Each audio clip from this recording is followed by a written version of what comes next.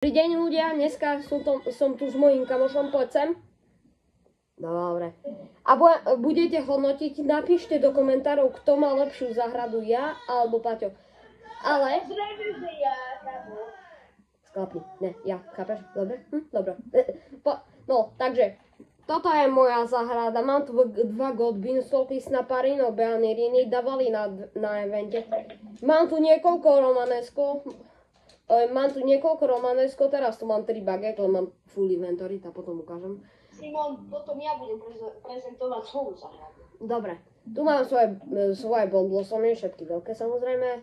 Moje Elder Strawberry, mám tu jednu gigantickú Elder Strawberry a taký jump pineapple, veľký rainbow.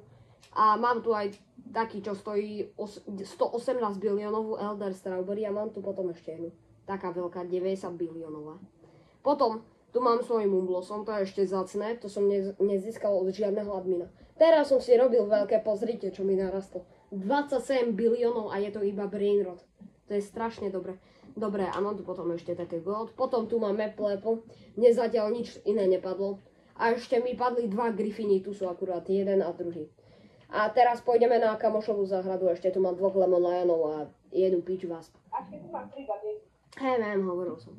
Teraz ideme na kamošovú záhradu. Ja vám to prezentujem. Mám obrovský Moonblossom, ktorý stojí 200 biliónov. A potom mám dve tote, Princess Storm. Jedna je tu, poďte za mnou. Mám Moonblossom samozrejme, potom mám Postlight, ale poďte za mnou, vzadu záhrady, tam mám väčšinou zase. Ja som ťa stratil. To je prvá, toto. Paťo, som ťa stratil. Aha, tu si. Tu je prvá Princess Storm. Potom tu máme Tranquil Bloom, potom tu ešte máme ten cykladen a jedno toto romanesko, lebo som nehral sa za. Potom tu ešte máme Maple Apple a zopár Elder Strawberry. Moje veci nie sú zase tak drahé, jak jeho, ale to je nevadí. A ešte som natočil aj video, že rozdávam ich, takže môžete tu nejaké masovky a toto bude pre toto video všetko, tak pozdravte do videa. A čau! Aj ty sa pozdrav, kamo. Paťo, aj ty sa pozdraj. A nezabudnite